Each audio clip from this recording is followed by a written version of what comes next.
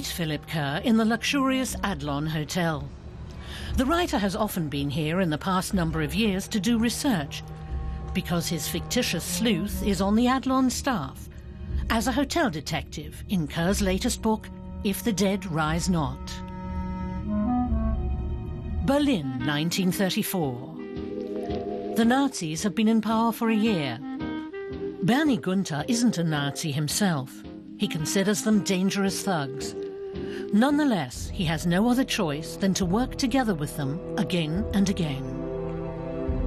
As well as being a good detective in a moral sense, he's a good detective in an efficient sense. He's good at his job, and that makes him sort of useful to the Nazis, who are quite used to sort of bending the law for their own purposes. What was your motivation to create a detective in the Third Reich? I was interested in what it was like to be an ordinary German during the 30s, what it was like, not to necessarily be involved with any of the Third Reich, but just to be an ordinary person. But I think also this is such an important story, the whole thing. I mean, for my money, it's the most important historical event since the Reformation.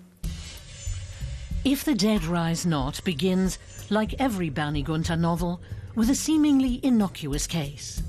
A hotel guest is found dead in his bed in room 210.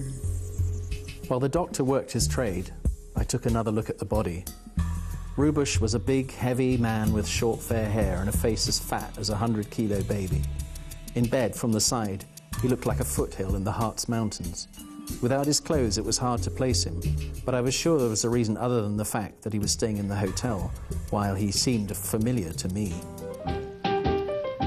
Bernie Gunther conforms to the type of American hard-boiled detective made famous by the iconic mystery writer Raymond Chandler.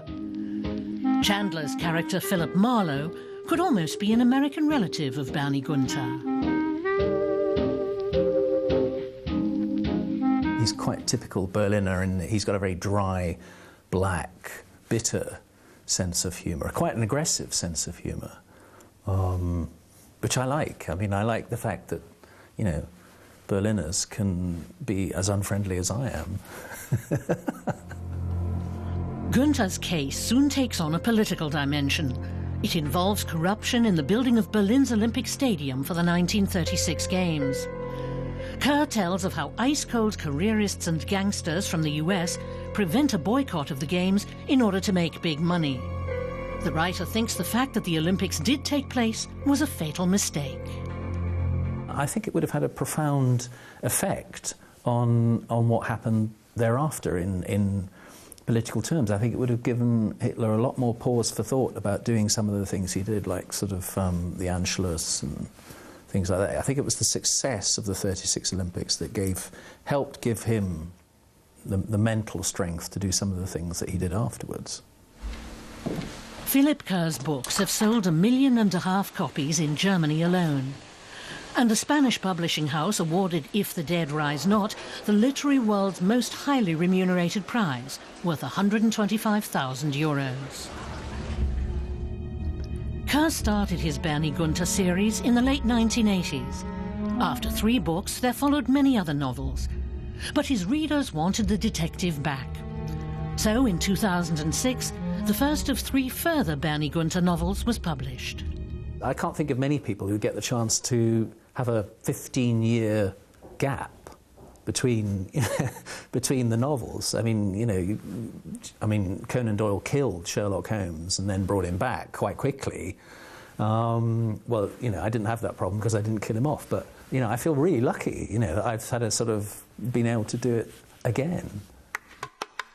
In the second part of If the Dead Rise Not, Kerr sends Gunther to Cuba. In 1954 in Havana, he sees the love of his life once again. And he also meets the man who nearly killed him 20 years before in Berlin. Someone had been redecorating the walls. They looked as if Jackson Pollock had come in and actively expressed himself with a sealing brush and a large pot of red paint. Only it wasn't red paint that was smashed all over the office. It was blood, and lots of it. As we take our leave, Philip Kerr reveals to us that his next Bernie Gunther novel is as good as finished. It'll be published in the UK in September. This time he's sending his sleuth to war against the Soviet Union.